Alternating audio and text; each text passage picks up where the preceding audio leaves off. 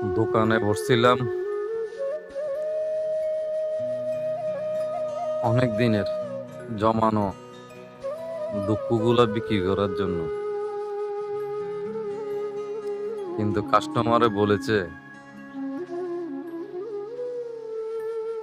আপন জনের উপহার এভাবে বিক্রি করতে নেই। আপন জনেরা তাতে নারাজ হবে, তাই আর দুঃখগুলো আর বিক্রি করা হইল না। এগুলো যত্ন সহকারে আবার রেখে দেওয়া হইল, যদি ভবিষ্যতে কোনো কাজে লাগে।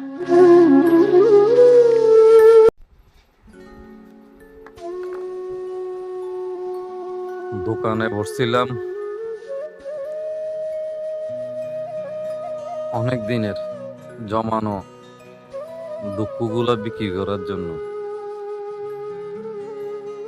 কিন্তু কাস্টমারে বলেছে আপন জনের উপহার এভাবে বিক্রি করতে নেই। আপন জনেরা তাতে নারাজ হবে, তাই আর দুঃখগুলো আর বিক্রি করা হইল না। এগুলো যত্ন সহকারে আবার রেখে দেওয়া হইল,